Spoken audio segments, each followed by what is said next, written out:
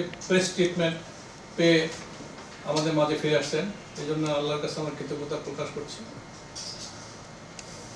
প্রথম উনি কেপিজেড হাসপাতালে ভর্তি ছিলেন, পরবর্তী এবারকে হাসপাতালে আসেন।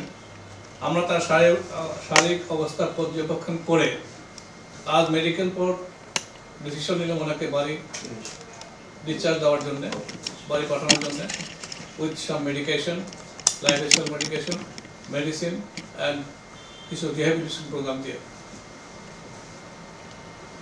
আমরা তার শারীরিক সুস্থতা কামনা করি, দেশবাসীর কাছে তার জন্য দোয়া চাচ্ছি।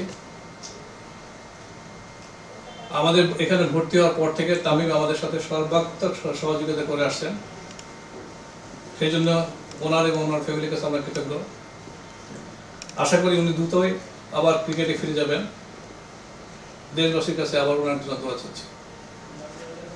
প্রসঙ্গত গতকাল তামিমের শারীরিক অবস্থা বর্ণনা করতে গিয়ে হৃদরোগের ঝুঁকি হিসাবে স্মোকিং প্রশ্নটা আসছে এবং এখানে তামিমের নামটা ভুলবশত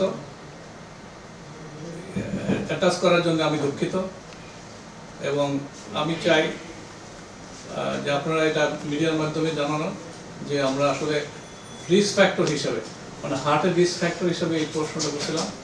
তামিমের নামটা এখানে এসে যাওয়ার জন্য আমরা দুঃখিত। ধন্যবাদ আপনাদের। Thank you. একটা প্রশ্ন করতে পারি? না না, থ্যাংক ইউ।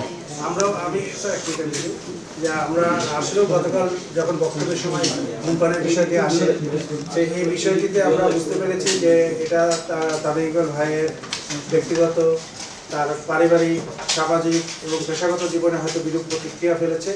এর জন্য স্যার যেরকম বললেন, আমরা আমাদের পক্ষ থেকে আন্তরিকভাবে দুঃখিত এবং আমরা তামিম ভাইয়ের প্রতি, তার পরিবারের কাছে আমরা ক্ষমা প্রার্থী এবং দেশবাসীর কাছে দোয়া চাই তামিম ভাই যাতে দ্রুত সুস্থ হয়ে খেলায় ফিরে আসেন। সবাইকে ধন্যবাদ। ধন্যবাদ সবাইকে। Thank you. অনেকে আসতে পারেনি, মেইন গেটটা আটকানো ছিল। যদি আমাদের একটু ক্লিপ দিয়ে নিতে হবে।